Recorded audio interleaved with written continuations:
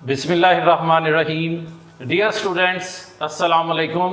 मैं हूं सैयद समर अब्बास। आज हम बायोलॉजी पार्ट 1 यूनिट नंबर 1 से लेक्चर नंबर 3 का आगाज़ करेंगे। डियर स्टूडेंट्स, हमारा आज का लेक्चर बायोलॉजिकल ऑर्गेनाइजेशन के बारे में है। जैसे कि आप लोग मैट्रिक में इस टॉपिक को कुछ हद तक समझ चुके हैं, आपने ये लेवल जो हैं वो पहले से पढ़े हुए हैं। आज आपको थोड़ा सा बेहतर तरीके से इसके बारे में बताया जाएगा। फर्स्ट ऑफ ऑल स्टूडेंट्स, हम देखते हैं कि बायोलॉजिकल ऑर्गेनाइजेशन क्या है। तो हम कहते हैं the study of life or living things at different levels। अब ये जो डिफरेंट लेवल्स हैं, हम इन पे जाके इसे क्यों स्टडी करते हैं? तो बच्चों, इसके लिए एक क्वेश्चन पैदा होता है, वाई बायोलॉजिकल ऑर्गेनाइजेशन।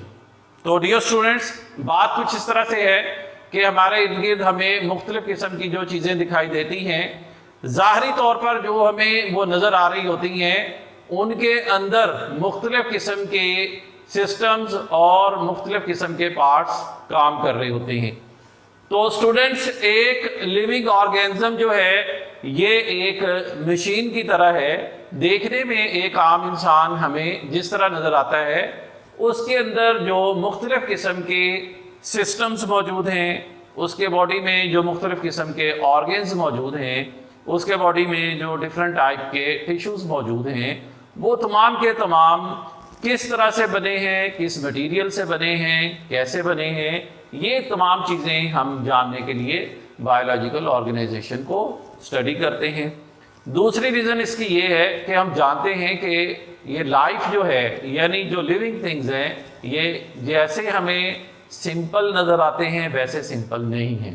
ये बहुत ज़्यादा कम्प्लेक्स हैं और इसी कम्प्लेक्सिटी को एक्सप्लेन करने के लिए, इसे जानने के लिए हम बायोलॉजिकल ऑर्गेनाइजेशन के बारे में पढ़ते हैं। तो अब हम अपने इर्द गिर्द मुख्तलिफ किस्म के मैटर्स, मुख्तलिफ किस्म की चीज़ें, अगर हम उनका स्ट्रक्चर, उनके अंदर होने वाले प्रोसेसेस और डिफरेंट टाइप के जो फिनोमिना उनके अंदर हो रहे हैं, उनके बारे में स्टडी करना चाहें तो भी हमें बायोलॉजिकल ऑर्गेनाइजेशन का ही सहारा लेना पड़ता है। तो स्टूडेंट्स, एक तरह से बात ये सामने आ रही है कि बायोलॉजिकल ऑर्गेनाइजेशन असल में एक ऐसा मुनज़्ज़म तरीक़ाकार है जिसकी मदद से हम किसी चीज़ को थारोली अंडरस्टैंड कर सकते हैं, किसी लिविंग ऑर्गेनिज्म के बारे में अच्छे तरीके से जान सकते हैं। तो अब हम अपने नेक्स्ट पॉइंट की तरफ आ रहे हैं, और वो है कि ये बायोलॉजिकल ऑर्गेनाइजेशन जो है, इसके कितने लेवल्स हैं और हम इसे कैसे समझ सकते हैं। Students, first level is very simple level. यहाँ से हम इसलिए इसको स्टार्ट कर रहे हैं ताकि आपको समझ आए कि नज़र आने वाला जो एक लिविंग ऑर्गेनिज्म है, उसके अंदर किस कदर कम्प्लेक्सिटी मौजूद है। तो सबसे पहले सब atomic, atomic and element level. आज हमारा टॉपिक इन तीन चीज़ों के बारे में है, सब atomic level, atomic level and element level. तो ये बहुत ज़्यादा सिंपल चीज़ है।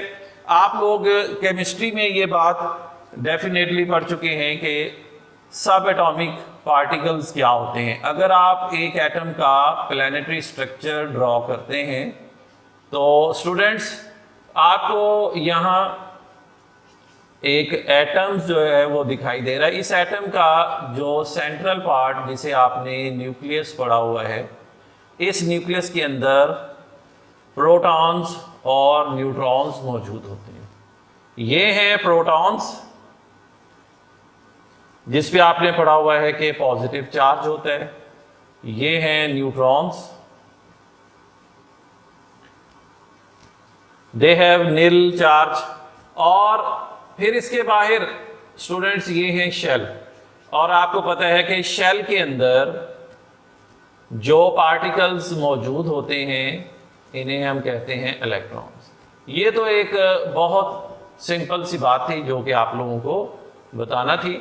इसके बाद स्टूडेंट्स हम जानते हैं कि यही सब एटॉमिक पार्टिकल्स आपस में मिलते हैं, तो मिलने के बाद ये एक यूनिट बनाते हैं जिसे हम एटम कहते हैं। यानी ये हमें जो स्ट्रक्चर नज़र आ रहा है, ये जो स्ट्रक्चर हमने बनाया जिसके अंदर न्यूक्लियस है, जिसमें शेल शामिल है, ये अपने तमाम पार्टिकल्स समेत एक एटम है। अब हमें ये पता है कि जब एटम्स आपस में कंबाइन करते हैं तो वो एलिमेंट बना देते हैं। ये एलिमेंट्स असल में एटम्स का एक कॉम्बिनेशन है, तो हम कहते हैं कि an element is formed by the combination of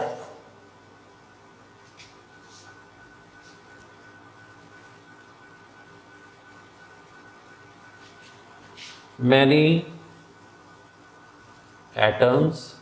students यहाँ पर एक चीज़ क्लियर कर लें, केमिस्ट्री के अंदर हम ये भी पढ़ते हैं कि एक सिंगल एटम वो भी एलिमेंट की तमाम प्रॉपर्टीज़ को शो करता है। जैसे कि नोबल गैसेस में हम पढ़ते हैं कि एक सिंगल एटम जो है ये एक एलिमेंट के तौर पे भी जाना जाता है, यानी सिंगल एटम को भी आप एलिमेंट कह सकते हैं। लेकिन चूंकि हम लिविंग ऑर्गेनिज्म के बारे में पढ़ रहे हैं, उनका जो डिफरेंट लेवल्स हैं उनको स्टडी कर रहे हैं, लिहाजा यहाँ पर हम एलिमेंट को यूँ देख रहे हैं कि ये डिफरेंट टाइप के जो एटम्स हैं, यानी आपको ये तो पता है कि एक एलिमेंट प्योर होता है और उसमें हिस्सा लेने वाले सारे एटम्स सेम होते हैं। तो यही सेम एटम्स आपस में जब मिलते हैं एक बल्क बनाते हैं जो कि एक एलिमेंट के तौर पे जाना जाता है। यानी ये बात आपने याद रखनी है, एक सिंगल एटम को भी आप एलिमेंट कंसीडर कर सकते हैं, आप एक से ज़्यादा एटम्स को कंबाइन करके भी एलिमेंट कंसीडर कर सकते हैं। तो स्टूडेंट्स अब ये जो एलिमेंट्स हैं ये हमारे बॉडी के अंदर मुख्तलिफ किस्म की रेशो से मुख्तलिफ किस्म की परसेंटेज के साथ मौजूद हैं। आगे चल के हम इसके बारे में डिस्कस करेंगे। तो अब हम देखते हैं अगला लेवल जो है एलिमेंट लेवल। हमने ये तो देख लिया कि एलिमेंट्स कैसे बनते हैं, अब हम ये देखेंगे कि हमारे बॉडी में ये एलिमेंट लेवल जो है ये कितना कम्प्लेक्स है। तो फर्स्ट ऑफ ऑल हम कुछ पुरानी बातें जो हैं वो आपको रिमाइंड करवाते हैं। आप लोगों ने स्टूडेंट्स पढ़ा हुआ है कि इस वक्त टोटल नॉन एलिमेंट्स जो है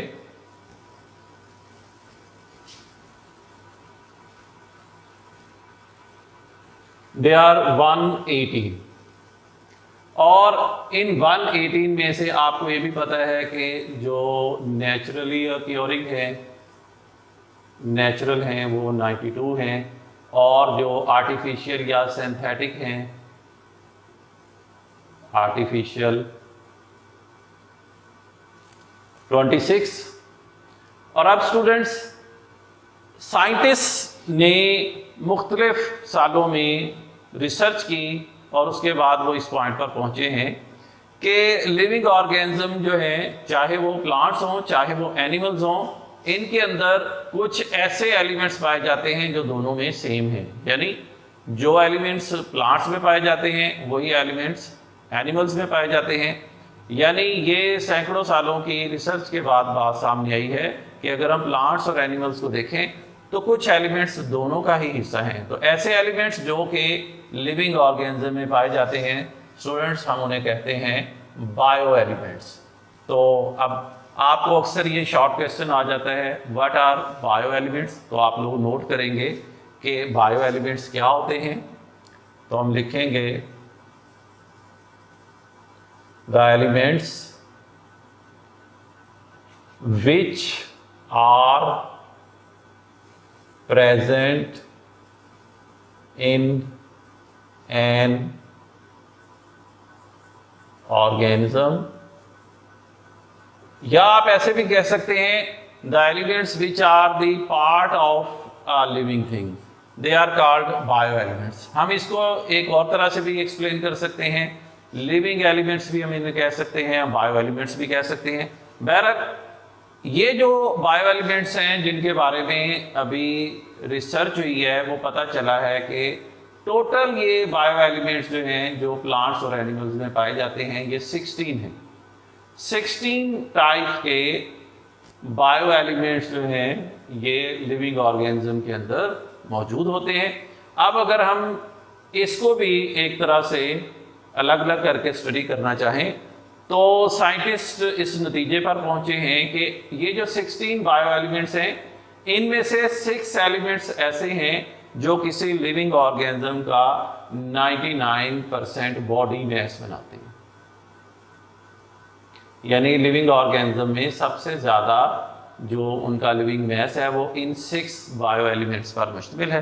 तो स्टूडेंट्स जो ये 6 बायो एलिमेंट्स हैं इनमें सबसे टॉपर है ऑक्सीजन, दैट इज 65%। उसके बाद स्टूडेंट्स आता है कार्बन जो कि 18% है। नेक्स्ट इसमें है हाइड्रोजन, दैट इज 10%। उसके बाद है नाइट्रोजन, ये एक लिविंग ऑर्गेनिज्म के अंदर मैक्सिमम 3% मौजूद है। उसके बाद स्टूडेंट्स है कैल्शियम और उसके बाद है फॉस्फोरस। स्टूडेंट्स हमारे बॉडी के अंदर एक्चुअली डिफरेंट टाइप के ऑर्गन्स मौजूद हैं, डिफरेंट टाइप के कंपाउंड्स मौजूद हैं और ये उनका हिस्सा होते हैं। अब स्टूडेंट्स आपको एक और चीज़ यहाँ पर एक्सप्लेन कर दें। आप लोग जब अपनी बुक को देखेंगे तो उस बुक में आपको एक ग्राफ नज़र आएगा। ये इस तरह से हम एक ग्राफ बना लेते हैं। इस ग्राफ में हमने ये जो 6 बायो एलिमेंट्स हैं इनको शो करना होता है। तो ऑन योर लेफ्ट साइड इस तरह जो वर्टिकली आप यहाँ पर इनकी रिलेटिव परसेंटेज को शो करेंगे अबंडेंस के हिसाब से, और दूसरी तरफ जो आप स्टूडेंट्स बनाएंगे वो है बायो एलिमेंट्स जो कि हम डिस्कस कर रहे हैं। तो हम इसी तरतीब से इसको बनाएंगे। अगर आप सपोज करें कि हम 10, 20, 30, 40, 50, 60, 70, तो हम 65 तक हमारा ये अपर लिमिट है, लेकिन हमने 70 तक इसे ड्रा किया। उसके बाद हम बनाते हैं, सपोज यहाँ पे हम ऑक्सीजन को बना देंगे, यहाँ पर हम कार्बन के लिए बनाएंगे, यहाँ हम एक बार ग्राफ स्टूडेंट्स बना रहे हैं। उसके बाद हम यहाँ हाइड्रोजन को बनाएंगे, इसके बाद नाइट्रोजन के लिए यहाँ बनाएंगे, फिर कैल्शियम के लिए बना देंगे और एंड पर हम यहाँ फास्फोरस के लिए बना देंगे। तो स्टूडेंट्स आप सबसे पहले देखें कि 10, 20, 30 यानी आप 0 से स्टार्ट कर रहे हैं, अब 40, 50, 60 एंड 70। तो इसके 60 और 70 के मिड में है 65। तो यहाँ से आप स्टूडेंट्स यूँ एक बार ग्राफ बनाएंगे, यूँ आप आसानी से एक इस तरह से बार शो कर दें और इसके ऊपर आप लिख दें ऑक्सीजन है ये और ये 65% है। यहाँ से भी पता चल जाएगा, आप वैसे यूँ भी इसको शो कर सकते हैं, लेकिन यहाँ पे जगह की कमी की वजह से हम कोशिश करते हैं कि इसे इसके साथ यूँ देख लिया जाए, नीचे ही इसके लिखा जाए कि यहाँ पर ऑक्सीजन है और ये 65% है। Next students carbon is 18%। तो स्टूडेंट्स ये हम 20 और 10 के दरमियान यहाँ पर इसको ड्रॉ करेंगे। नाउ दिस इज कार्बन और कार्बन जो है वो 18%। Next is hydrogen, hydrogen is 10%। तो हम आसानी से इसको यहाँ पे शो कर सकते हैं 10%। Next one is nitrogen, nitrogen is 3%, nitrogen 3%। आप यहाँ पे भी इनके नेम्स इन एलिमेंट्स के लिखते रहें। Next one is students calcium, that is 2%, and the last one is phosphorus, that is 1%. So students, you can show it with different style as well, or you can also show it with different colors. when you are drawing this graph, you show it with different colors. So for clearance, ये है students वो graph जिसमें हमने इन 6 bio elements को show किए हैं। Sometime ये एक शॉर्ट क्वेश्चन आ जाता है आपके एग्ज़ाम में कि draw a graph to express or show bio elements. तो ये जो 6 बायो एलिमेंट्स हैं उनको हमने यहाँ पे इस तरह शो कर दिया।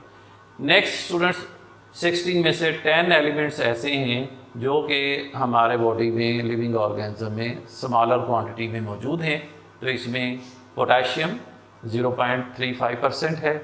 इसके बाद स्टूडेंट्स सल्फ़र है, दैट इज़ 0.25%। उसके बाद स्टूडेंट्स क्लोरीन है, that is 0.15%। Next one is sodium, that is 0.15%। Next one है मैग्नीशियम, दैट इज़ 0.05%।